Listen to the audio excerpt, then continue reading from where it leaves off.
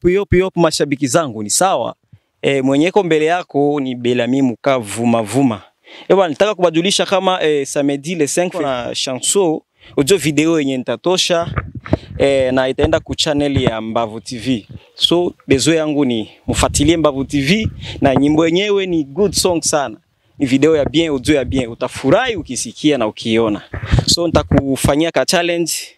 Yani nitakuwekea kionjo kidogo tu kia ile chanson. Utasikia hapa sasa. Nipatie nyimbo.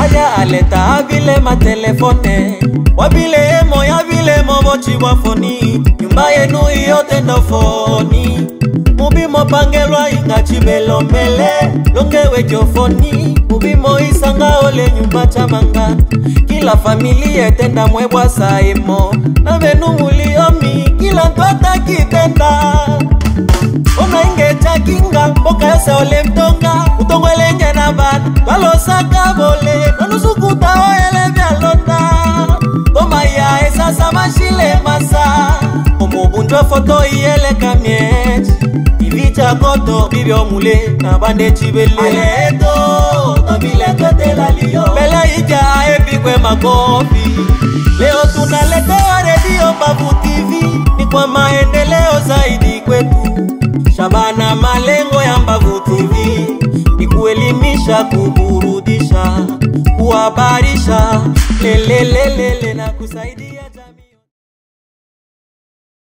Yes, bana nakuja ndugu wapenzi watazamaji wa Mbavu TV. Bana kuna mimi mtangazaji wako Kudra. Bana leo kwenye screen zetu tumekuletea Jackson wa kizazi kipya. Alikuwepo location na Bellamy Muka nikaona ni vyema nimlete hapa tupige story moja mbili tatu kuhusiana kazi ambayo wameifanya hapa kwa siku leo. Bana ishi na sisi kwa siku leo utakuwa umeishi kijanja zaidi, fanya subscribe, like, comment na kushare na kufanya comment, utakuwa umefanya vyema zaidi. Nakuja brother.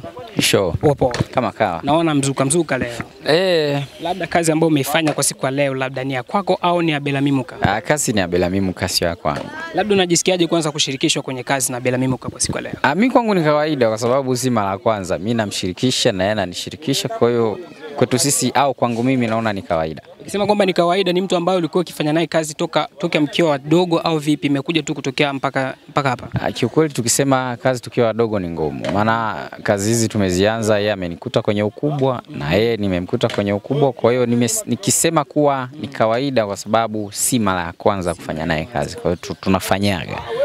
Labda tutegemea kazi hii itakwenda kuuploadiwa kwenye channel yako kwa Bellamy Muka? Hii ni ya kwake, kwa hiyo ni lazima iende kwenye channel yake. Yaani kicheki kwenye kazi hapa kuna mama fulani ambao tuliwaona hapa wakicheza michezo ile ya kiasili ya Kibembe. Labda wale mama waliwachaji kama kitu cha shingapi vile kwa kuwaweka kwenye kazi yenu hapa? Hiyo siwezi kujua, maana ni manager ya Bellamy Muka ndio inaweza kuelewa hiyo. Mimi nimeitwa tu location, kwa hiyo nimekuta maandalizi yote hapo. Hilo swala labda ni management, na hisi hata msanii Bellamy Muka hawezi kufahamu. Anayefahamu ni management yake ndio inajua msanii wake anaenda kufanya kazi, kwa hiyo ni watu wa aina gani anaenda kuwapa. Labda title vile ya nyimbo inaitwaje vile? Title ya nyimbo inaitwa Ukimwi au Sida. Labda idea ilitokana na nini mpaka muite nyimbo Ukimwi kwanza? Hiyo idea ya Ukimwi imetokana na ni sisi tu tuliamua, tulivyokutana tukasema bwana tuimbe kuhusu nini, maana mapenzi tayari, mengine tayari, tukaona basi tuimbie kuhusu magonjwa. Ikaonekana magonjwa gani ambayo basi tuimbie yale magonjwa sugu ambayo mtu unaweza kaishi nayo muda. Kwa hiyo ndo tukaamua sote tuimbe kuhusu Ukimwi. Labda mlilenga kuelimisha wale vijana ambao sasa hivi wanaendekeza mishangazo, ukijikuta akienda kwenye mishangazo unakuwa analeta magonjwa sugu ambao unakuwa analeta shida kwa familia. Unajua bora kinga kuliko tiba. Kwa hiyo tumeona bora tuanze tahadhari kuliko hasara. Nikiangalia pia hiyo ni ushauri kwa vijana wote, wa kike wa kiume wote ni hivyo. Na nikimcheki shoot hapa ambaye alikuwa akishoot kazi yenu hapa ni Spy Mkorofi. Kwa nini mlipendelea sana Spy achukue kazi yenu hapa? Yawezekana management ya Bellamy Muka imeona yeye anafaa. Maana kweli mashuta ni wengi. Sasa yawezekana management imeamua kuwa utashuti na huyu Kempo. Na hata hivyo pia Spy si mgeni kwa Bellamy, kwa sababu naamini aliwahi tena kufanya kazi yake nyingine wakiwa DRC Congo Uvira pale. Kwa hiyo yawezekana pia kuna kaujema fulani, kwa hiyo wanajuana. Wanajuana. Yawezekana. Tukiangalia mazingira ya hapa ni mazingira ambapo unakuwa ukija sana kuja kushutia kazi hapa. Labda pengine ni mazingira ambapo umezoeleka au vipi, unakuwa Mimi naweza kusema nimezoelea kwa sababu nishawahi kuja, si mgeni hapa. Mgeni aliyopo hapa ni Belami, lakini mimi mazingira nayaelewa. Labda ni kitu gani kinakuvutia hapa? Labda ni vile mazingira yamekaa kama kitu kiasili asili vipi? Ndiyo, maana ngoma yenyewe yani muundo hao style ni ya kiasili zaidi, kwa hiyo ndo kwa maana tumeona tufanyie huku. Maana hii location inafaa sana kwa ngoma tulionayo. Labda nyuma hii kazi hapa tutegemea kupata zingine kazi vipi? Lazima. Kuna zingine kazi. Lazima. Kazi haziishi. Yani kila kukicha watu wanakaa wanafikiria kazi tu kazi. Maana uwezi kuilaza account. Lazima ufanye kazi ili mradi mambo yaende. Yeah. Labda kwa sasa hivi unavyoona mapokezi huko mtandaoni yatakuwaje kwanza? Kiukweli lazima yawe mazuri, maana si hatujawahi kufeli. Tukifanya tunafanya kweli. Labda Belami Mkando tutegemee akimaliza kushuti hizi kazi zake hapa ndo anapepea vipi?